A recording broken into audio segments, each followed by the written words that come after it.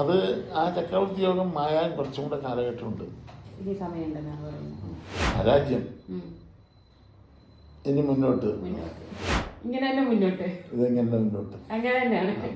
എനിക്ക് അമിത് ഷാ ഇങ്ങനെ എനിക്ക് വലിയ ഫേമസ് അല്ല. ആ സമയത്ത് എനിക്ക് അറിയില്ല അദ്ദേഹത്തിന്റെ പേരിൽ പ്രശ്നം വെച്ച് ഞാൻ കാര്യങ്ങളെല്ലാം പറയുമ്പോൾ അന്ന് അവർക്ക് ശരിയായിട്ട് മനസ്സിലായി. ജയലളിതന്റെ ജാതകം ഞാൻ നോക്കിയിട്ടുണ്ട്. അദ്ദേഹം ആ സമയത്ത് ജയിലിലായിരുന്നു. അത് അങ്ങനെ അവർ വന്നത്.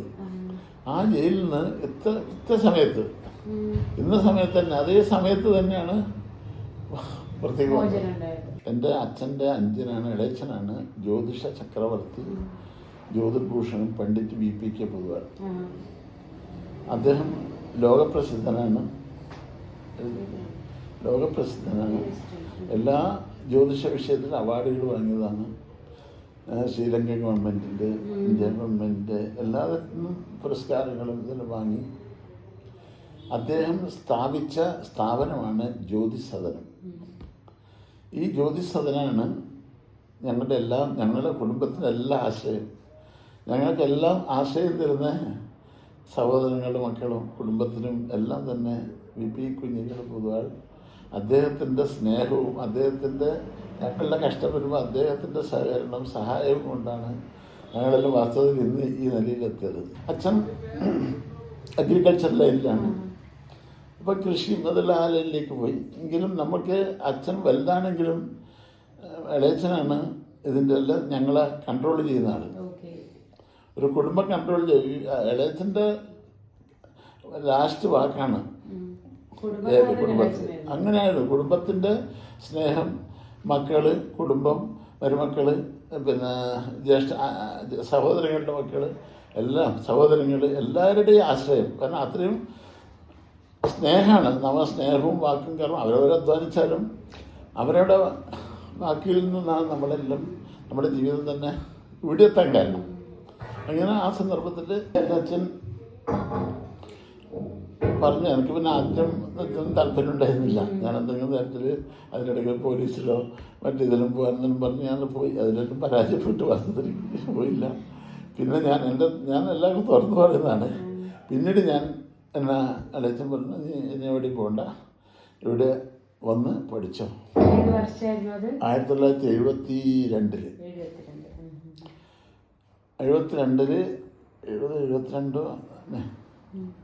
73 അങ്ങനെയുള്ള കാലഘട്ടത്തിൽ ഞാൻ ഗുരുവിൻ്റെ അനുഗ്രഹത്തോടുകൂടെ അവിടെ പഠിക്കാൻ തുടങ്ങി. അതിൽ നിന്ന് വേണ്ടുപോലെ എനിക്ക് കിട്ടേണ്ട അറിവുകൾ എനിക്ക് കിട്ടി. എൻ്റെ മറ്റൊരു ഗുരുനാഥനാണ് AK കൃഷ്ണ മാസ്റ്റർ. വലിയ സംസ്കൃത പണ്ഡിതൻ, എല്ലാം അറിയപ്പെടുന്ന ഒരു പണ്ഡിതനാണ്. അദ്ദേഹമാണ് എൻ്റെ സംസ്കൃത ഗുരു. VPK പൊതുവാളും അതേപോലെ ഈ ഗുരുനാഥനും എൻ്റെ വിദ്യാഭ്യാസ രാജ്യത്തിലും അത്രയും ശ്രദ്ധയോടുകൂടെ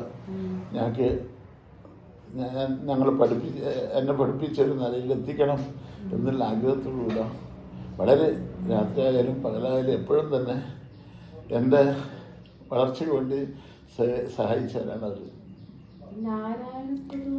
പറയാം, അദ്ദേഹത്തിൻ്റെ മകനാണ് നാരായണ പൊതുവാൾ. VPK പൊതുവാളുടെ മകൻ എൻ്റെ ഇളയച്ചനല്ലേ, നാരായണ പൊതുവാൾ. അദ്ദേഹം ഇവിടെ പ്രസിദ്ധനാണ്. അദ്ദേഹം കുറേ പുരസ്കാരങ്ങളും കുറേ അവാർഡുകളും എല്ലാം മേടിച്ചിട്ടുണ്ട്. അതും ജ്യോതിസാധനത്തിൻ്റെ നായകനായിട്ടാണ് നാരായണൻ ഉള്ളത്. അതേപോലെ നാരായണൻ്റെ അനുജനുണ്ട് ജഗദീശൻ. അവരും ഈ ഗണിതത്തിലും എല്ലാം വളരെയധികം എക്സ്പേർട്ട്. ഇപ്പം ഗുരുവായൂർ പഞ്ചാംഗം, ബാക്കിയുള്ള പഞ്ചാംഗങ്ങളെല്ലാം തന്നെ ഇവരെല്ലാം തന്നെയാണ് ചെയ്യുന്നത്. നമ്മളെല്ലാം ഒരു ഗ്രൂപ്പായിട്ട് തന്നെയാണ് ചെയ്യുന്നത്. എല്ലാ പത്രങ്ങൾക്കും എല്ലാം കൊടുക്കും. ഗുരുവായൂർ ദേവസ്വത്തിൻ്റെ പഞ്ചാംഗമുണ്ട്, മാതൃഭൂമി പഞ്ചാംഗം, മറ്റ് പബ്ലിക് പ്രൈവറ്റ് ചില ജ്യോതിഷ പരിഷത്ത്, മറ്റിങ്ങനെയുള്ള ചില പഞ്ചാംഗങ്ങളെല്ലാം ഇവിടെ തന്നെയാണ് ജ്യോതിഷത്തിന് പോകുന്നത്. പിന്നെ ഒരു 5 കൂടിയുണ്ട്. മാധവൻ എൻ്റെ പേര്, വേറെ ഇളയച്ഛൻ്റെ മോനാണ്. അദ്ദേഹവും അവിടെ ഏകദേശം ഞങ്ങൾ 4 ആൾക്കാർ അടിമ ജ്യോതിഷത്തിലുള്ളത്. നാരായട്ടൻ്റെ കീഴിൽ ഞങ്ങൾ 3 ആൾ. അപ്പോൾ ഞങ്ങൾ ജ്യോതിഷത്തിനും എപ്പോഴും തന്നെ ഞങ്ങൾക്ക് ഒരു ബോർഡും വേണ്ട, പരസ്യവും വേണ്ട. ജ്യോതിഷ സാധനം വീട്ടിൽ ആ അഡ്രസ്സ് തന്നെയാണ് ഞങ്ങൾ ഇന്ന് എല്ലാവരും പോകുന്നത്. എവിടെയും ഒരു ബോർഡില്ല ഞങ്ങൾക്ക് വേണ്ടി ജ്യോതിഷം ജ്യോതിഷി എന്ന് പറഞ്ഞിട്ടൊന്നും. ഇല്ല, MGR വന്നിട്ടില്ല. ജയലളിതൻ്റെ ജാതകം ഞാൻ നോക്കിയിട്ടുണ്ട്. മദ്രാസ് കേരളത്തിൽ ഞാൻ നോക്കിയിട്ടുണ്ട്. അത് അവരെ അറിഞ്ഞിട്ടാണോ എനിക്കറിയില്ല, പ്രൈവറ്റാണോ ഞാൻ എല്ലാ കാര്യങ്ങളും പറഞ്ഞൊരു കാലഘട്ടത്തിൽ ഞാൻ അവിടെ നോക്കിയത്. അത് കൊല്ലങ്ങൾ കുറേയായി. മുഖ്യമന്ത്രി ആവുന്നതിന് മുമ്പേ ആണെന്ന് തോന്നുന്നുണ്ട്. ആ സമയത്തൊരു നമ്മുടെ സിനിമ രാഗിണി, പിന്നെ പത്മിനി, അംബിക, ഇവരുള്ളേ അങ്ങനെയുള്ള ആ ഒരു അമ്മയെ സരസ്വതി അമ്മ, ആ ഒരു കാലഘട്ടത്തിൽ ഞങ്ങൾ മദ്രാസിൽ പോയിട്ടുണ്ടായിരുന്നു. ആ കാലഘട്ടത്തിൽ ഞങ്ങൾ അവരെല്ലാം വളരെയധികം അടുത്ത ബന്ധങ്ങളായിരുന്നു. അപ്പോൾ അത് കുറച്ച് കാലം കഴിഞ്ഞ് ഞാൻ ഫീൽഡ് ഇറങ്ങിയതിന് ശേഷം ഞാൻ ഈ ജലലളിതയുടെ ജാതകം നോക്കിയിട്ട് കാര്യങ്ങളും അവരുടെ ആൾക്കാർ അതിനോട് പ്രായശ്ചിത്തങ്ങൾ പറഞ്ഞിട്ടുണ്ട്. എന്തായിരുന്നു പറഞ്ഞത്? അല്ല, അന്ന് ജാതകത്തിൽ നമ്മൾ ആ നിമിത്തം ഈ ജാതകം എന്ന് പറഞ്ഞു കഴിഞ്ഞാൽ ഇപ്പം ആതിരയുടെ ജാതകം ഞാൻ നോക്കിയാൽ ഇതിൻ്റെ ഫുൾ ഫലം അങ്ങ് വരെ പറയുന്നതല്ല. പക്ഷെ അവിടെ ഒരു ജ്യോതിഷക്കാരൻ വിജയിക്കണമെന്നുണ്ടെങ്കിൽ ലോകാത് ശാസ്ത്രമുഖാത് തഥാ ഗുരുമുഖാത് അന്യം നിമിത്താന്തരം 4 സ്റ്റേജിൽ വന്നാൽ മാത്രമേ നമുക്കൊരു ജാതകം, ഒരു പ്രശ്നം ഇത് ചിന്തിക്കാൻ പറ്റുള്ളൂ. ലോകം ഇപ്പം ഇതേ ശാസ്ത്രമാണ് അമേരിക്ക. അവിടെ പോയിട്ട് നമ്മൾ ഈ ഗ്രഹസ്ഥിതി വരച്ച് ഇതേപോലെ പറയാൻ പറ്റില്ല, ചില വ്യത്യാസങ്ങൾ വരില്ലേ. അതാണ് എവിടെയാണോ നമ്മൾ പോകുന്നത് ആ സ്ഥാനത്തിനനുസരിച്ച് ലോകത്തിൻ്റെ അവസ്ഥ മനസ്സിലാക്കിയിട്ട് ചെയ്യണം. ശാസ്ത്രം വിടാൻ പറ്റില്ല, അത് പഠിച്ചിരിക്കുക തന്നെ വേണം. ഗുരുമുഖ, നമ്മുടെ ഗുരുനാഥന്മാർ നമുക്ക് തരുന്നൊരു ഉപദേശമുണ്ട്. അതാണ് ഞാൻ പറഞ്ഞത്, എൻ്റെ ഗുരുനാഥനും എൻ്റെ രക്ഷിതാവും എല്ലാം തന്നെ എൻ്റെ ഇളയച്ചനാണ്. അപ്പോൾ ആ ഗുരുമുഖത്തിൽ നിന്ന് എനിക്ക് വേണ്ടും പോലെ അനുഗ്രഹം കിട്ടിയിട്ടുണ്ട്. അന്യം നിമിത്താന്തരം. നിമിത്തം എന്ന് പറഞ്ഞാൽ ഇപ്പം അതിൽ വരുന്ന ലക്ഷണം ഇവിടെ വന്നിട്ടിരുന്ന് അതിൻ്റെ ചില ലക്ഷണങ്ങളുണ്ട് നമ്മൾ പ്രശ്നത്തിൽ വരുമ്പോൾ, അതും നമ്മൾ മനസ്സിലാക്കിയെടുക്കണം. ഇങ്ങനെ 4 സ്റ്റേജിലാണ് നമ്മുടെ ഒബ്സർവേഷൻ ഭയങ്കരമായിട്ട് വേണം. നമ്മൾ എപ്പോഴും കണ്ണും കാതും നമ്മൾ ഇതിൽ തന്നെ ഉണ്ടായിരിക്കണം. അല്ലാണ്ട് ഒരു ജ്യോതിഷം പറയാൻ ആയിപ്പോവില്ല. അത് ആ കാലം മറന്നുപോയി. വാസ്തവത്തിന് അത് എത്രയോ കൊല്ലങ്ങളായില്ലേ. ഞാനിപ്പോ കൊല്ലങ്ങളായിട്ട് എത്രയോ ആൾക്കാരെ നമ്മൾ നോക്കിക്കൊണ്ടിരിക്കുന്നത്. ഇവരൊന്നും നിങ്ങൾ പേരെടുത്ത് വെച്ചുകൊണ്ടാണ് ഞാൻ നോക്കിയിട്ടുണ്ടെന്ന് മാത്രം പറയുന്നത്.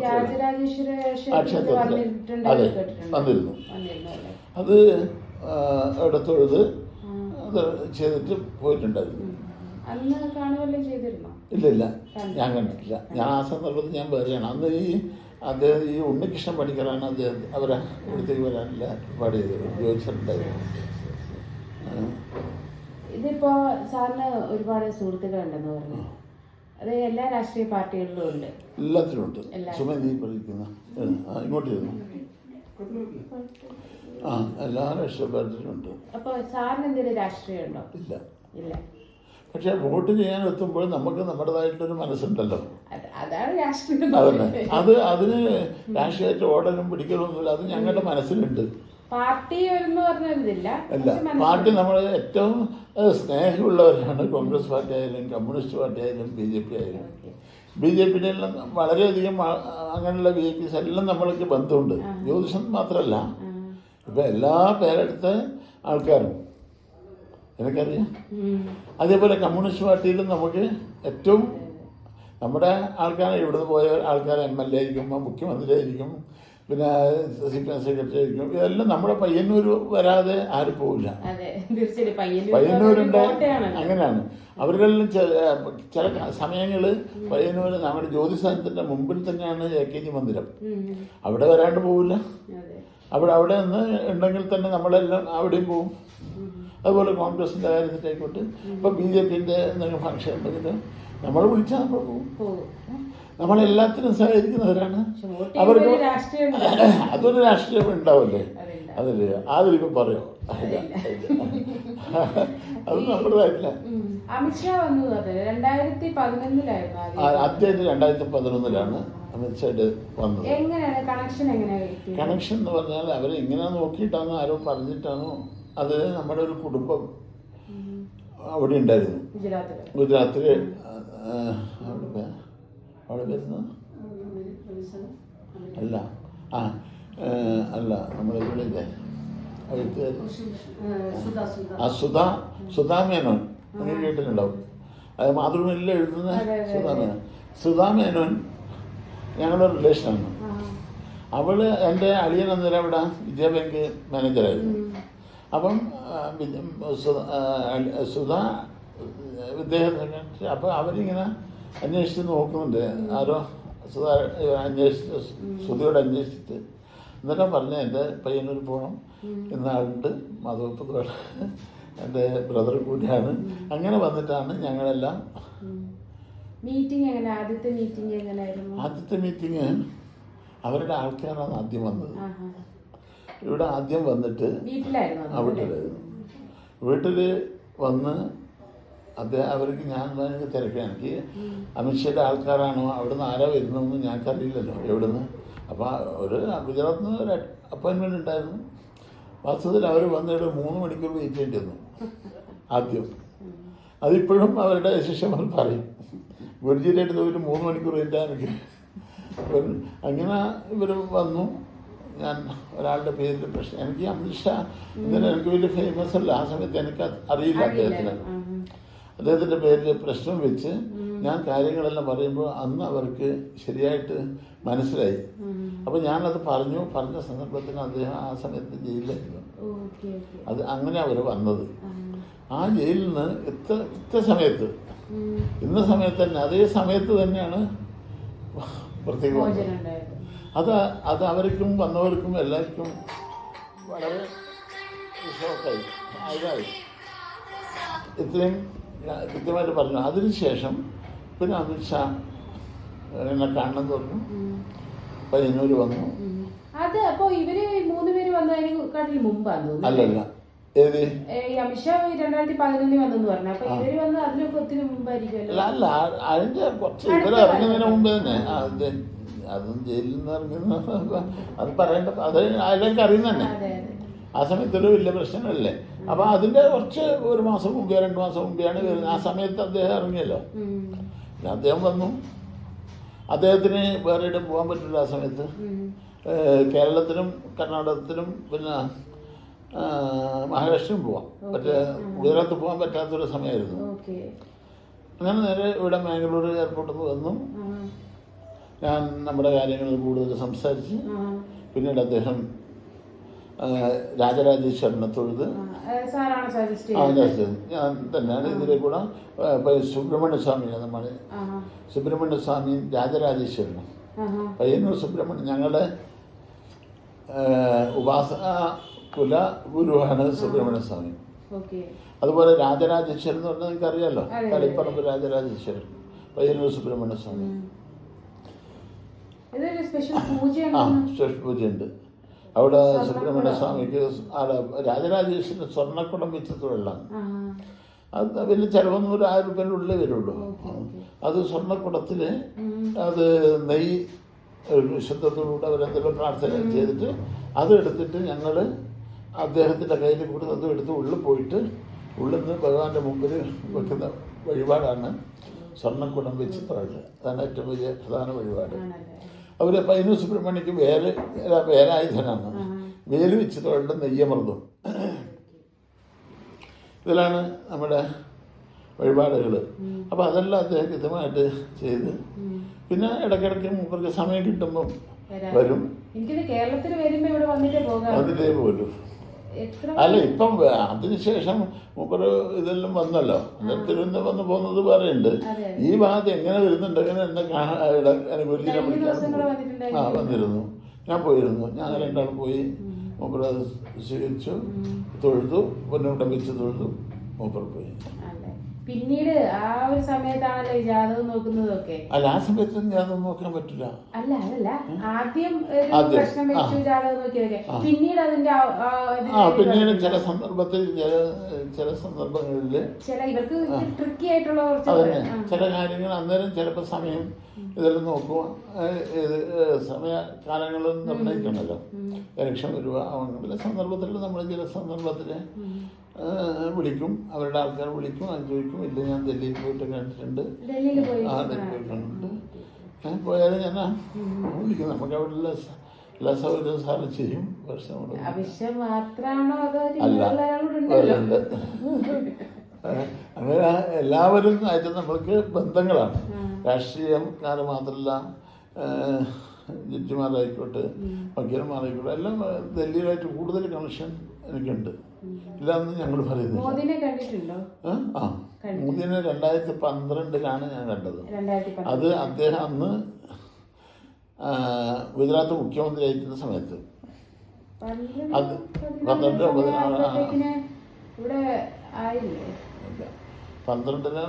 അങ്ങനെ മുഖ്യമന്ത്രി അല്ല, ഇങ്ങോട്ട് വരുന്ന 16 ശേഷം. അതൊരു ചീഫ് മിനിസ്റ്റർ അവിടെ. ആ ചീഫ് മിനിസ്റ്റർ ആയ സമയത്താണ് ഞാൻ പോയി. ആ സന്ദർഭത്തിലാണ്. കൊല്ലം എനിക്ക് ഓർമ്മയില്ല, വയസ്സായില്ലേ. ആ സമയത്ത് അദ്ദേഹത്തിന്റെ ഞാൻ ഒരു 15 മിനിറ്റ് സമയം അവരുടെ ആൾക്കാർ വിളിച്ചു വന്നിട്ടൊന്ന് 15 മിനിറ്റ് കാണണമെന്നു പോയി. 15 മിനിറ്റ് എല്ലാം സമയം തന്നത്, 1 മണിക്കൂർ സമയം തന്നു. അതിന് ആൾക്കാരും തിരക്കുള്ളതല്ലേ. അപ്പം നമ്മുടെ കേരളത്തിലെ കാര്യങ്ങളെല്ലാം മനസ്സിലാക്കി, അദ്ദേഹത്തിൻ്റെ കാര്യങ്ങളെല്ലാം തന്നെ നമ്മളെല്ലാം സംസാരിച്ച് കാലഘട്ടത്തിൽ അദ്ദേഹത്തിൻ്റെ കാര്യങ്ങൾ ചില സമയത്ത് സംസാരിച്ചിട്ടുണ്ടാവില്ലേ, ഉണ്ടാകത്തില്ല. എങ്കിലും അദ്ദേഹത്തിന് ചക്രവർത്തി യോഗം, പിന്നെ പൂർണ്ണ ചക്രവർത്തി യോഗമാണ് അദ്ദേഹത്തിന്. അങ്ങനെയുള്ള ആ ചക്രവർത്തി യോഗമാണ് നമ്മളിന്ന് കണ്ടത്. അതിനെ അറിയാമായിരുന്നു. ഭാഗ്യമാണ് അറിയാൻ പറ്റുക. പിന്നെ എനിക്ക് ഏറ്റവും കണക്ഷൻ അദാനിയായിട്ടാണ് അല്ലേ? അദാനി സാറ് ഞാൻ 2 പ്രാവശ്യം ഇവിടെ വന്നിട്ടുണ്ട്. പുള്ളിയുടെ സഹോദരനായിരുന്നില്ല ആദ്യം? രാജേഷ് അല്ലല്ല, ആദ്യം വന്നത് ഗൗതം അദാനിയായിരുന്നു. അതെ, അതിനുശേഷമാണ് രാജേഷ് അദാനി ഒരു കൊല്ലം കഴിഞ്ഞിട്ടാണ്. ഇത് വലിയ കൊറോണക്ക് മുമ്പേ അല്ലേ വന്നത്? ആദ്യം കോവിഡിന് മുമ്പ് തന്നെ. അതെ അതെ. ഞാൻ ഡൽഹിയിൽ പോയ സന്ദർഭത്തിൽ അദ്ദേഹത്തിന് എന്നെ കാണണമെന്ന് പറഞ്ഞു. അദ്ദേഹം ഞാനുള്ള സ്ഥലത്തേക്ക് വന്നു. ജഡ്ജി ഒരു സ്ഥലത്ത് വന്നു, അങ്ങനെ സംസാരിച്ചു. ഞാൻ ഇന്ന് ഇവിടെ വരണം, തയ്യന്നൂർ വന്നിട്ട് നമുക്ക് രാജരാജേശ്വരം തൊഴി സുബ്രഹ്മണ്യം തൊഴണമെന്ന് പറഞ്ഞു. അത് ഫ്രീ ആയിട്ടൊരു ദിവസം ചാർട്ടർ ഫ്ലൈറ്റ് വന്നു, ഭഗവാനെ തൊഴുത് പ്രാർത്ഥിച്ച് ഭക്ഷണം കഴിച്ച് നമ്മളെ പദ്ധതിയാണ് വന്നു. ഭക്ഷണം കഴിച്ച് വൈകുന്നേരം അദ്ദേഹത്തിന് സ്വന്തം ഫ്ലൈറ്റല്ലേ. ഇത് തന്നെയാണ്. ഈ 2021 തോന്നുന്ന ഒരു വിവാദം ഉണ്ടായിരുന്നു, മുഖ്യമന്ത്രിനെ അദാനി വന്ന് സീക്രട്ടായിട്ട് കണ്ടു എന്നുള്ളത്. ഇത് ശരിക്കും സാറിന്റെ ഒരു സ്റ്റേറ്റ്മെന്റ് ആണ്. ശരിക്കും അതൊന്ന് മാറ്റിയത് ഇതുപോലെ തന്നെ ഇപ്പൊ ഗോവിന്ദ് മാഷിന്റെ പോലെ തന്നെ സ്റ്റേറ്റ്മെന്റ് കൊടുത്തിട്ടാണ് മാറ്റിയത്. അതൊന്ന് പറയുമോ? അന്ന് ആ സന്ദർഭത്തില് മുഖ്യമന്ത്രി, നമ്മുടെ ബഹുമാനപ്പെട്ട മുഖ്യമന്ത്രി തിരുവനന്തപുരത്ത് കണ്ണൂർ പ്രോഗ്രാം ഉണ്ടായിരുന്നു. എന്തോ സാധാരണ എപ്പോഴും ഇടയ്ക്കിടയ്ക്ക് മുഖ്യമന്ത്രി പ്രോഗ്രാമിൽ വരുമല്ലേ. ആ സന്ദർഭത്തിൽ അതേ ദിവസമാണ് ഈ അദാനി സാർ അവിടുന്ന് വരുന്നത്. അപ്പം അവരും രണ്ടാളും കാണാനും ഒന്നിനും ഒരു ചാൻസും ഇല്ല, ഒന്നുമില്ല. അപ്പം അങ്ങനെ എന്തോ അദാനി വരുന്നത് എയർപോർട്ടിൽ നിന്ന് അറിഞ്ഞിട്ടുണ്ടാവും. അത് മുഖ്യമന്ത്രി വന്നിട്ടുണ്ട്. അതിൻ്റെ പിന്നിൽ ജ്യോതിഷക്കാരനായ മാധവ പൊതുവാളാണ് ഇവർ തമ്മിൽ എന്തോ ഒരു രഹസ്യ കൂടിക്കാഴ്ച നടത്തി. അദ്ദേഹത്തിന് വേണ്ടുന്ന സൗകര്യങ്ങൾ അദാനി മുഖ്യമന്ത്രിക്കും മുഖ്യമന്ത്രി അദാനിക്കും കേരളത്തിൽ വീണ്ടും മനസ്സൗകര്യം ചെയ്തതില്ല രൂപത്തിലാണ് ഒരു ഇഷ്യൂ വന്നത്. അപ്പം മുഖ്യമന്ത്രി എവിടെ? മുഖ്യമന്ത്രി ഞാൻ കാണുന്നേ ഇല്ല. അദാനി വന്നു. അദാനി ഞാൻ തന്നെയാണ് അദാനി എൻ്റെ മകളെ ഭർത്താവ് കൂട്ടിക്കൊണ്ടുവന്നത് എയർപോർട്ടിൽ നിന്ന്. രണ്ടാമത് പോണ്ടപ്പോൾ ഞാനും പോയി കൊണ്ടുവിടാൻ വേണ്ടിയിട്ട്. അങ്ങനെയാണ്. അപ്പോൾ അതിൻ്റെ ഇടയിൽ ഒരു ഗ്യാപ്പില്ലല്ലോ അവരെ കാണാൻ. അത് അവനൊരു വലിയ ഇത് വന്നു. ഞാൻ അത് ആരാണെന്ന് എനിക്കറിയില്ല. ആ കാലഘട്ടത്തിലെ ഭരണകർത്താക്കന്മാർ, കോൺഗ്രസ്സിലെ ഭരണകർത്താക്കന്മാരാണ് അത് ദേശമെന്ന് ആവശ്യമില്ലാത്തൊരു ഇഷ്യൂ ഉണ്ടാക്കിയത്.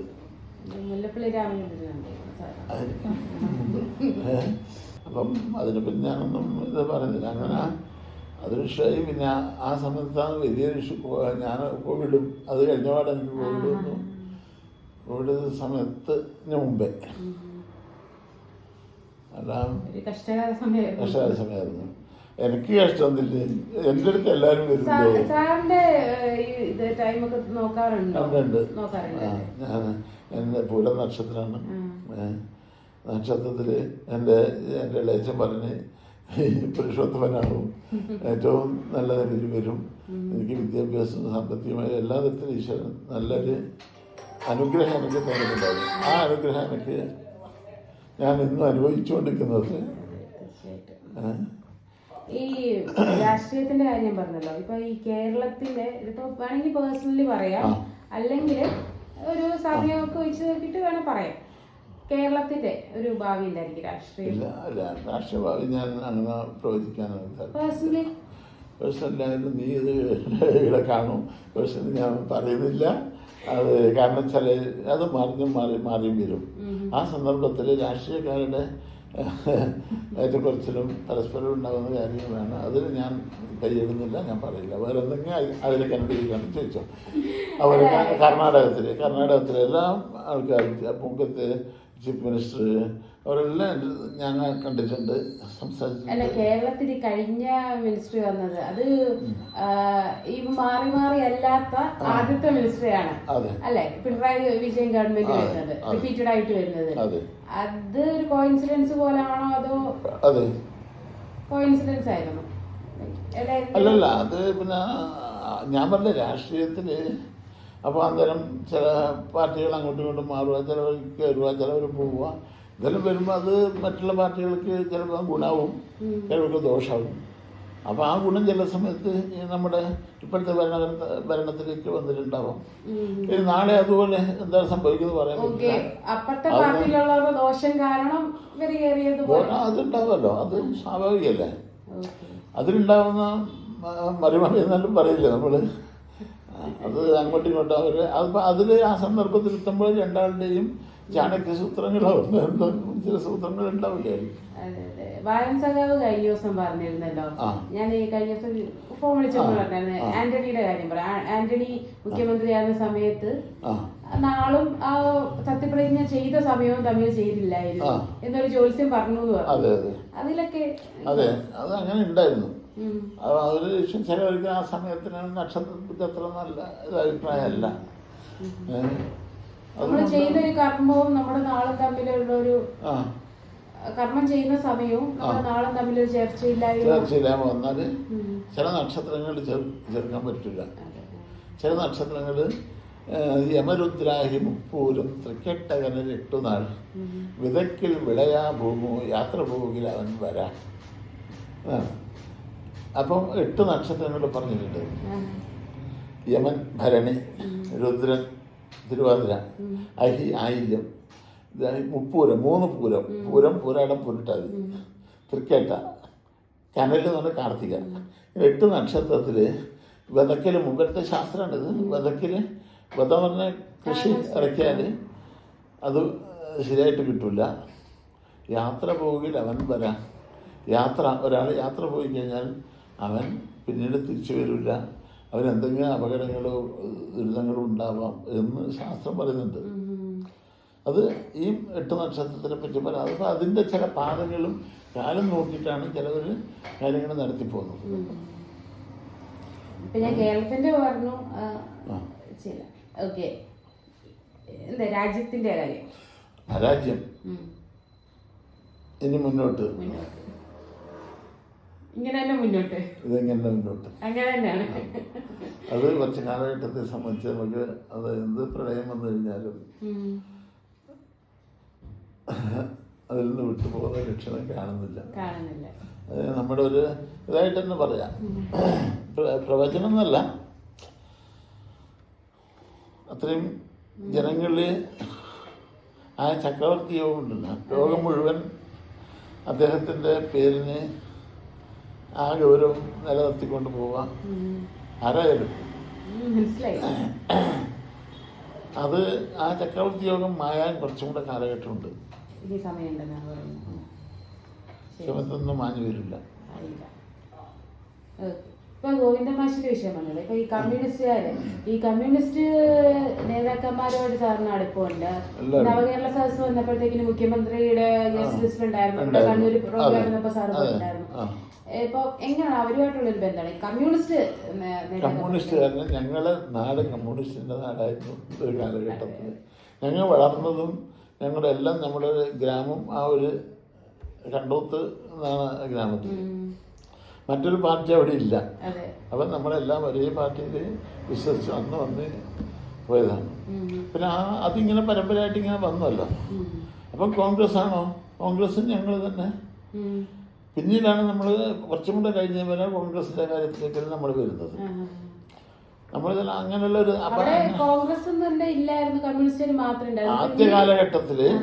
ആദ്യ കാലഘട്ടത്തിൽ വെറും കമ്മ്യൂണിസ്റ്റിന്റെ ഒരു ഇതായിരുന്നു ഞങ്ങളുടെ എൻ്റെ എല്ലാം ചെറുപ്പ കാലഘട്ടത്തിൽ അങ്ങനെയായിരുന്നു. പിന്നീട് നമ്മൾ അത് നോക്കിയിട്ടാണല്ലോ വളരുന്നത്.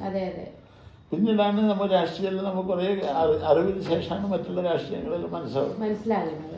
പക്ഷേ എങ്കിലും നമുക്ക് എല്ലാ രാഷ്ട്രീയ പാർട്ടികളോടും ഞങ്ങൾക്ക് വിശ്വാസമുണ്ട്. അവർ എന്നെ സ്നേഹിക്കുന്നുണ്ട്, ഞാൻ അവരെ സ്നേഹിക്കുന്നുണ്ട്. അവർക്ക് അവരടുത്ത് എന്തെങ്കിലും വന്നു കഴിഞ്ഞാൽ എൻ്റെ അടുത്ത് വന്നാലും നമുക്ക് ചെയ്യാൻ പറ്റുന്നത് സഹായിക്കാൻ പറ്റുന്നത് ചെയ്യാൻ പാർട്ടിക്കാർ.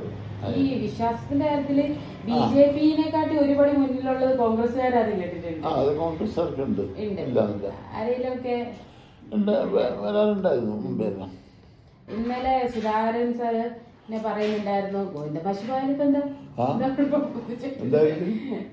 സുധാകരനെല്ലാം വന്നിട്ടുണ്ട്. ജാഥ നോക്കാൻ വന്നിട്ടൊന്നുമില്ല. വിശ്വാസം കുറവൊന്നുമില്ല. നമ്മളെല്ലാം അത്രയും അടുത്തുള്ളവരല്ലോ. ഞാൻ പറയും ജ്യോതിഷത്തിന് വിശ്വാസമില്ലായ്മ ഇരിക്കട്ടെ, അത് അവരവരുടെ ധർമ്മമാണ്. ജ്യോതിഷക്കാരൻ എപ്പോഴും ഒരു വ്യക്തിയല്ലാതിരിക്കുക, മനുഷ്യനല്ലാതിരിക്കുക. ഞാനൊരു മനുഷ്യനല്ലേ, സൗഹൃദമല്ലേ നമുക്ക് ഏറ്റവും വലിയ. പിന്നെ നമ്മുടെ ഇപ്പോൾ എല്ലാവരും നമ്മുടെ MLA, നമ്മുടെ ബാക്കിയുള്ള സെക്രട്ടറിമാർ, ഏരിയ സെക്രട്ടറിമാർ എല്ലാം നമ്മുടെ സ്വന്തം സുഹൃത്തുക്കൾ, സ്വന്തം സഹോദരങ്ങളല്ലേ ഞങ്ങളെല്ലാവരും.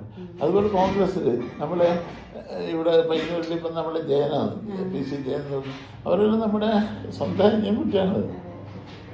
അപ്പം BJPൻ്റെ ആൾക്കാർ നമ്മുടെ ആൾക്കാരല്ലേ. കോൺഗ്രസ് ആണ്, മുല്ലപ്പള്ളി ജയപ്രകാശ്, അവരും നമ്മുടെ അവരെല്ലാം ജാതകം നോക്കാൻ വിചാരിക്കണ്ട. ഉണ്ടാവും. മുമ്പെല്ലാം 4 മണി, പണ്ട് 4 മണിക്ക് എണീച്ച് എല്ലാം തിരിച്ച് പഠിക്കാൻ തുടങ്ങിയതാണ് പണ്ട്. അത് പറഞ്ഞ് അതിനെ കുറേശ്ശെ നമ്മളിതെല്ലാം പഠിച്ചെത്തിയിട്ടുണ്ടല്ലേ. ബൈഹാർട്ടായിട്ട് ഇല്ലെങ്കിൽ ഇതൊന്നും നമുക്ക് പഠിക്കണം, പഠിപ്പിച്ചു തരും. അതല്ലേ നമ്മുടെ ഗുരുനാഥന്മാർ ക്ഷമാഷ്. അല്ല, ആരും ഒരാളുണ്ടോ മറ്റ് സഹായത്തിന് ഇതല്ല. നമ്മുടെ മോനുണ്ടാവും, പിന്നെ മരുമക്കളുണ്ടാവും, ആരായിട്ടുണ്ടാവും.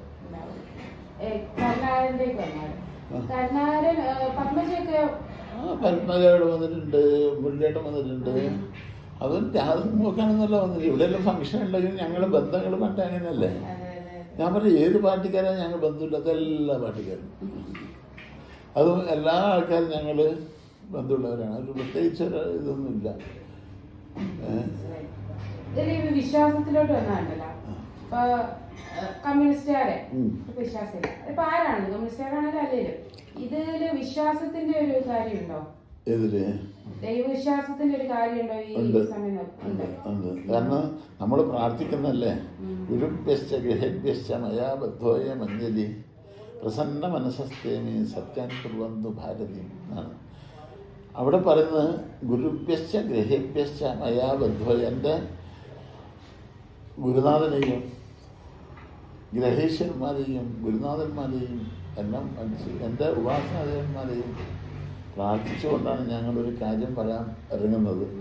അതിൽ ഞങ്ങളെ വിജയിപ്പിച്ച് തരണേ എന്ന് പ്രാർത്ഥിച്ചുകൊണ്ട് ഞങ്ങൾ ഇറങ്ങേണ്ടത്. അതിലാണ് നമ്മൾ ഒരാളോട് നിങ്ങളിപ്പോൾ എന്നോട് കാര്യം ചോദിക്കുന്നു, എൻ്റെ വിവാഹക്കാര്യം, എൻ്റെ കല്യാണം കഴിഞ്ഞില്ല, ഇതെല്ലാം ഒരു സമയമുണ്ട്. ഇന്ന് നക്ഷത്രം തിരുവാതിര നക്ഷത്രം നിനക്ക് സമയം തുടങ്ങിയിട്ടുണ്ട്. നീ താല്പര്യം ഉണ്ടെങ്കിൽ ചെയ്തു. താല്പര്യമില്ലാത്ത സ്വഭാവമാണ് ആ രാശിക്ക്. കല്യാണത്തും എല്ലാവട്ടും തിരക്കില്ല. ഇപ്പോൾ വയസ്സെഴുത്തും 2027 മെയ് മാസത്തിനുള്ളിലായിട്ട് ഇതിൻ്റെ കല്യാണം നടത്തണം. നടക്കും. ആ 2 കൊല്ലമുണ്ടോ? 1.5 കൊല്ലം തരും. അതിനുള്ള ആവണം തീർച്ചയായിട്ടും. പിന്നെ അതിനപ്പുറം പോയിക്കൂടാ. അന്നേരം എന്തേ നയിക്കും. ജ്യോതിഷം എന്ന് പറഞ്ഞാൽ ഇതാണ്. പിന്നെ അതിന് നമ്മൾ ഒരു പോകുന്ന വഴിയിൽ കുറേ മുള്ളിട്ടിട്ടുണ്ടാവും. ഞങ്ങൾ പറയുന്നത്, നിങ്ങൾ പോകുന്ന വഴിയിൽ മുള്ളുണ്ട്, ആ മുള്ള് നിങ്ങൾക്ക് അപകടമാണ്, തറക്കും, കാലിൽ തറക്കും എന്ന് പറയും. മുള്ളുണ്ടായ എന്താവല് അല്ല, അത് നിങ്ങൾ എടുത്ത് മാറ്റണം എന്നാണ് ഞങ്ങൾ പറയുന്നത്. എടുത്ത് മാറ്റിയിട്ടില്ലെങ്കിൽ എന്താവെന്ന് ചോദിച്ചാൽ മുള്ളു തറക്കും. അപ്പം നമ്മളൊരു വഴി കാട്ടി കൊടുക്കലാണ് ജ്യോതിഷം. ഇന്ന സന്ദർഭത്തിൽ ഇന്ന കാര്യങ്ങൾ ചെയ്യാൻ പാടില്ല, ഇന്ന ദശകളിൽ ഇന്ന കാര്യങ്ങൾക്ക് പാടില്ല. ഇന്ന് വിവാഹം കുടുംബജീവിതത്തിലെ ഒരു കാലഘട്ടങ്ങൾ നിർണ്ണയിച്ചിട്ടുണ്ടാവും. അപ്പം ആ ഒരു കാലഘട്ടത്തിൽ നമ്മൾ ചെയ്തിട്ടില്ലേ പിന്നെ നമ്മൾ ചിലപ്പം ദുഃഖിക്കേണ്ടി വരും. അതാണ് സമയ നിർണ്ണയം ചെയ്യണം ഒരു ജ്യോതിഷക്കാരൻ. ഇല്ലെങ്കിൽ നീ എൻ്റെ അടുത്ത് വാ, ഞാൻ പറഞ്ഞത് എനിക്ക് നടക്കും. മറ്റു മതത്തിലുള്ളവർക്കും പോകുന്നുണ്ട്. ചില ആൾക്കാർ ചില ആൾക്കാർ ഒരു ജാതകം തന്നെ ഉണ്ട്. നമ്മുടെ നാട്ടിൽ ചില ആൾക്കാർക്ക് ജാതകം ജനിച്ച സമയത്ത് ചിലവർക്ക് ഫലം പറയാൻ വേണ്ടിയിട്ട് രാശി അവരുടെ ഡേറ്റ് ഓഫ് ബർത്ത് തന്ന് നമ്മളെ നക്ഷത്രം നോക്കിയെടുത്തിട്ട് ഫലം പറയും. പറ്റും. അതിന് സമയം ഉണ്ടാവില്ലേ? അത് നോക്കിയാൽ നമ്മൾ അത് തൽക്കാല രാശി എന്ന് പറയുന്നത്. രാശി വെച്ചിട്ട് നമുക്ക് ഫലം പറയുന്നത്. ആ സമയത്ത് ടൈം അഡ്ജസ്റ്റ് ചെയ്യും. എനിക്ക് അത്ര ഉണ്ട്. പക്ഷെ ഉണ്ടെന്ന് പറഞ്ഞാൽ ഒരാളുടെ വിശ്വാസമാണ്. കൈരേഖയുണ്ട്, അത് നോക്കുന്നുണ്ട്. അത് ഒരാളുടെ ഇതാണ്. പക്ഷെ ശാസ്ത്രീയമായിട്ടൊരു വശമൊന്നുമില്ല അതിന്. ജ്യോതിശാസ്ത്രം എന്ന് പറഞ്ഞാൽ ജ്യോതിശാസ്ത്രം ഇല്ല. ജ്യോതിശാസ്ത്രം എന്ന് പറഞ്ഞു കഴിഞ്ഞാൽ പണ്ട് ഋഷീശ്വരന്മാർ എഴുതി വെച്ചാണ്. അവിടെ ഹോരാശാസ്ത്രം മുതലായ പ്രബലമായ ഗ്രന്ഥങ്ങളുണ്ട്. ആ ഗ്രന്ഥത്തിന് അന്ന് ഋഷീശ്വരന്മാർ എഴുതി വെച്ച ഗ്രന്ഥങ്ങളാണ്. അതിനെ തൊട്ടിട്ടാണ് ബാക്കിയുള്ള കാര്യം. എല്ലാ പുസ്തകങ്ങളും ഇതെല്ലാം ഇങ്ങനെ വരുന്നത്. ബൃഹജ്ജാതകം എന്നൊക്കെ പറഞ്ഞു.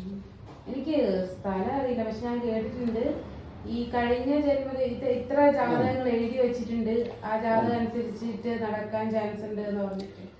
അങ്ങനെ പോയിരുന്നോ? ഇത് എടുത്തിട്ട് അത് ഉള്ളതാണോ?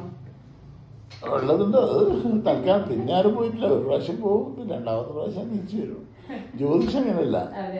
ജ്യോതിഷം പിന്നീടും വരും. മറ്റുള്ളടത്ത് എൻ്റെ അടുത്ത് കുറേ ആൾ വന്നിട്ടുണ്ട്. അവിടെ പോയി കൃത്യമായിട്ട് ഇങ്ങനെ പറഞ്ഞു അടുത്ത പോക്കിലതൊന്നും ഉണ്ടാവില്ല. അത് ശാസ്ത്രീയമായിട്ട് ഒരു അടിത്തറയില്ലല്ലോ അതിന്. ഇത് ശാസ്ത്രം. ഇതിപ്പോൾ ഞാൻ പറയാം, അതിൽ ജനിച്ച ഒരു സമയം, ആ സമയത്തേക്ക് ഗ്രഹേശ്വരന്മാർ ഗ്രഹങ്ങളെല്ലാം എവിടെയുണ്ട് എന്നുള്ളത് നമുക്ക് ആക്ഷേപ് ചെയ്തിട്ടില്ല. നമ്മൾ പറയുന്നത് ഒരു ഇന്ന ഗ്രഹങ്ങൾ ഇന്ന ഭാഗം എന്താണ് അതിനാ ചില നിയമങ്ങളുണ്ട്. സന്താനഭാവത്തിൽ സന്താനകാരകനായ വ്യാഴം വന്നാൽ ദോഷമുണ്ട്. 7ാം ഭാവത്തിൽ ചൊവ്വ അല്ലെങ്കിൽ മറ്റു പാപഗ്രഹം വന്നാൽ ദാമ്പത്യ ജീവിതത്തിന് കുഴപ്പമുണ്ട്. അങ്ങനെ ചില നിയമങ്ങളില്ലേ എല്ലാം പഠിക്കണ്ടേ നമ്മൾ. അന്നേരം അതിനനുസരിച്ച് ഫലങ്ങൾ പറയണ്ടേ. അതല്ല ജ്യോതിഷം. സാറ് പറഞ്ഞ ഒരു കാര്യം കറക്റ്റ്. ഞാൻ വെച്ചൊന്നും മര്യാദയ്ക്ക് ഉണ്ടാകത്തില്ല. ഞാൻ ഒരു ചെടി വെട്ടിയിട്ട് ഒരു മാസത്തോളം ഇതുവരെ കിട്ടിട്ടില്ല. തിരുവാതിര വെച്ചാ അത് ശരിയാണ്. നീ അങ്ങനെ നോക്കണേ. എന്റെ അമ്മയുണ്ട്, അമ്മ എന്ത് വെച്ചാലും പൂവായിട്ട് അതാ തരും, അങ്ങനെ തരും. ആ നക്ഷത്രത്തിന് ഒരു ഫലം മാത്രമേ ഉള്ളൂ. പിന്നെ രാഹുകാലം നോക്കുക, ഉള്ളിൽ ഇതെല്ലാം നമ്മളെ അത് അങ്ങോട്ട് പ്രശ്നങ്ങൾ പറയുന്നില്ല. രാഹുകാലത്തിൽ നോക്കി ഇറങ്ങിയാല് പ്രശ്നമാണ്. രാഹുകാലത്തിന് നമ്മുടെ നാട്ടിലൊന്നും അത് വലിയ പ്രായത്തിലില്ല. അത് ശാസ്ത്രീയമല്ല. ഞങ്ങളെ രണ്ടാം കല്യാണം കഴിഞ്ഞത് നല്ല രാഹുകാലത്തിന്. ഞങ്ങളിന്ന് വളരെ അല്ല ആ സമയത്ത് തന്നെ നമ്മൾ ഇറങ്ങിന് കണ്ടില്ലേ, അതിൽ പറഞ്ഞിന്. എൻ്റെ ഇളയച്ചൻ പറഞ്ഞ മുഹൂർത്താണ്, യാതൊരു ശാസ്ത്രം അത് രാഹുകാലം തർക്കൊന്നുമില്ല. ഞങ്ങളെന്നെ വിനോദനല്ലേ നമുക്ക് കൈ പിടിച്ചു തരുന്നു. ആ ബ്ലെസ്സിങ് ഞങ്ങൾക്കുണ്ട്. ഞങ്ങൾ രണ്ടാളും വളരെ ഹാപ്പിയായിട്ട് ജീവിക്കുന്നുണ്ട്. ഇന്ന് വരെ ഞങ്ങൾ തമ്മിൽ ഗുസ്തി പിടിച്ചിട്ടില്ല. എനിക്ക് 1980 അതിൻ്റെ സാഹചര്യം ഞങ്ങൾക്കുണ്ടായില്ല. അവിടെ എന്നോടും ഒരു മോശമായിട്ട് വർത്താനം പറയാൻ വേണ്ടിയിട്ട് എനിക്ക് അവരോടും പറയാനില്ല. ഞങ്ങൾ ഒളിച്ചെത്രയാണ്, ഞാൻ പൂരാണ്. മദ്യപരിചൂലാണ് പേരില്, പക്ഷെ ദീർഘമുണ്ട്.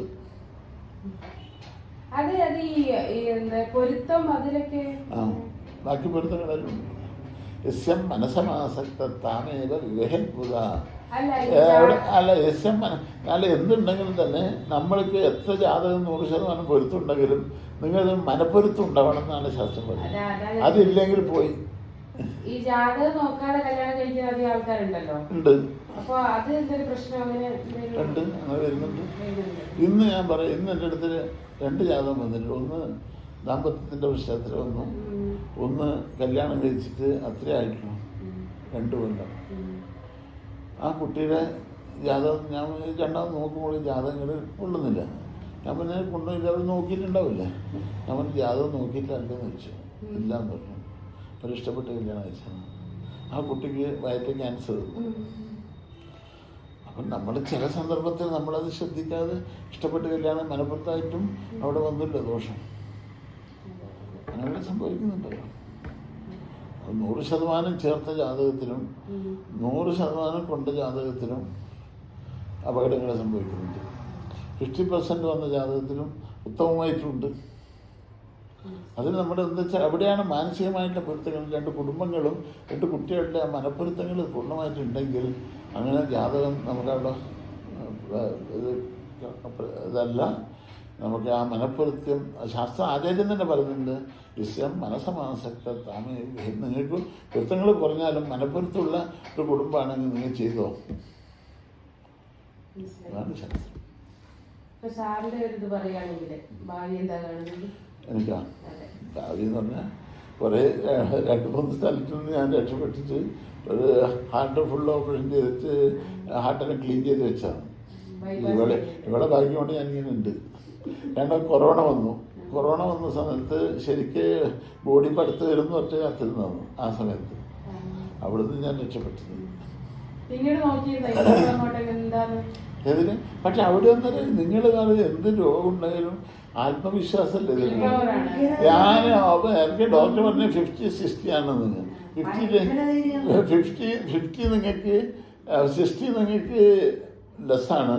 40% നിങ്ങൾക്ക് ഞാൻ ഗ്യാരണ്ടി തരുന്നു. എനിക്ക് മതി 40 അത്ര കിട്ടിയാൽ മതി. ഹാർട്ട് ഓപ്പറേഷൻ ചെയ്തു, ഹാർട്ട് ക്ലീൻ ചെയ്തിട്ടാണ് വെച്ചു. ബ്ലോക്കൊന്നുമില്ല.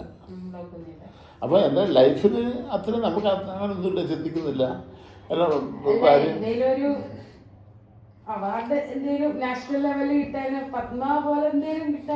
അതല്ല, അത് നമ്മൾ ജ്യോതിഷക്കാർക്കൊന്നും അത് പ്രതീക്ഷിക്കണ്ട. അതിനന്നേരം വേറെ കുട്ടിക്കുഴക്കും പ്രശ്നങ്ങളുണ്ടാക്കും. ഞാൻ ഒരിക്കലും റെക്കമെൻഡ് ചെയ്തിട്ടുണ്ട് വേറെ ഇങ്ങനെ പത്മഭൂഷണവും പത്മക്കും എല്ലാം വേണ്ടിച്ച്. മറ്റ് സാധാരണ എനിക്ക് പറഞ്ഞ അവാർഡുകളുണ്ട് ഇഷ്ടംപോലെ. കുറേ കൊല്ലങ്ങളായിട്ട് ഇങ്ങനെ വന്നുകൊണ്ടുണ്ടാകും. അത് കൊല്ലങ്ങൾ കർണാടകത്തിൽ നിന്ന് ഇഷ്ടംപോലെ ഉണ്ട്. കഴിഞ്ഞാൽ ഡൽഹി പൂരത്തിൽ നിന്ന് എനിക്ക് കിട്ടി. ഇക്കൊല്ലം വേറൊരു ഇത് കിട്ടി. 2 കൊല്ലത്തിന് ഇങ്ങോട്ടായി കിട്ടിയിട്ടുണ്ട്. ഒരു കാര്യം കൂടെ ചോദിക്കണം.